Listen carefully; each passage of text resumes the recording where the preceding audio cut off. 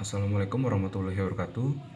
Saya Giska Dwi Ahyudi, mahasiswa Universitas Nasional, jurusan Sistem Informasi 18, NPM 1831127006510.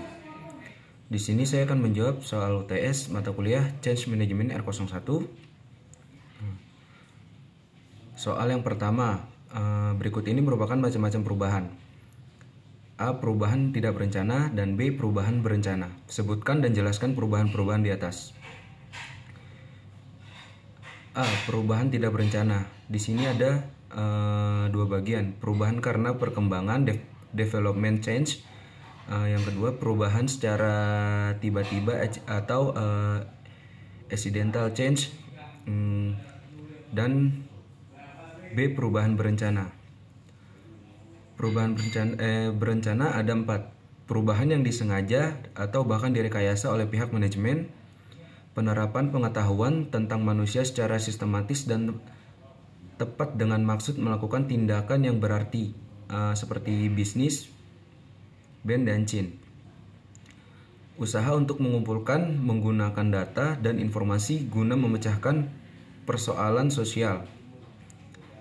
Perubahan yang dilakukan secara sengaja lebih banyak dilakukan atas kemauan sendiri, sehingga proses perubahan itu lebih banyak diusahakan oleh sistem itu sendiri.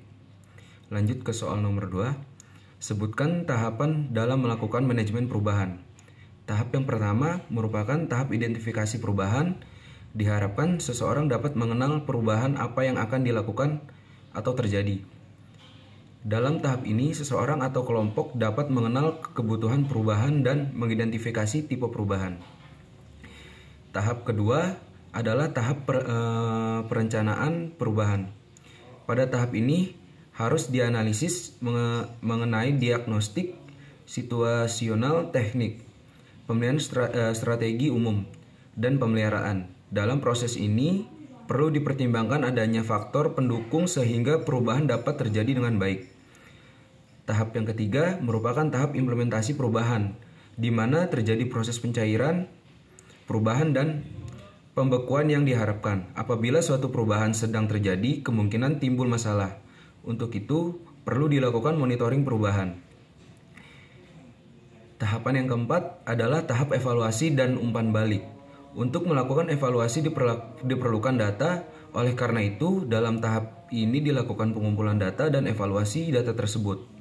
Hasil evaluasi ini dapat diumpan balik kepada tahap 1 sehingga memberi dampak pada perubahan yang diinginkan berikutnya. Lanjut ke soal nomor 3. Coba sebutkan ciri-ciri organisasi yang membuat perubahan menjadi sukses.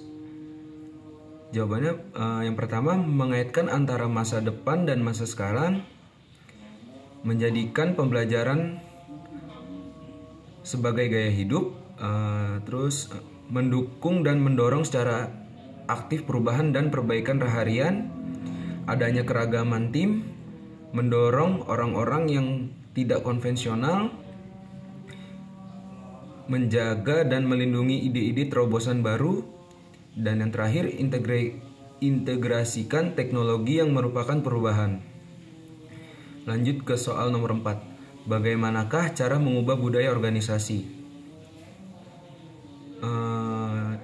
Cara mengubah budaya organisasi memberikan teladan dengan melalui perilaku manajemen.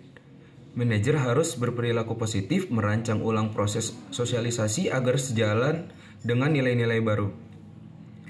Lanjut ke soal nomor 5. Sebutkan dan jelaskan teknik dalam mengurangi tantangan perubahan. Jawabannya yang pertama, edukasi dan komunikasi. Yang kedua, partisipasi. Ketiga, fasilitas dan dukungan. Keempat, manipulasi. Yang terakhir, kooptasi. Sekian dari saya, kurang lebihnya mohon maaf. Wassalamualaikum warahmatullahi wabarakatuh.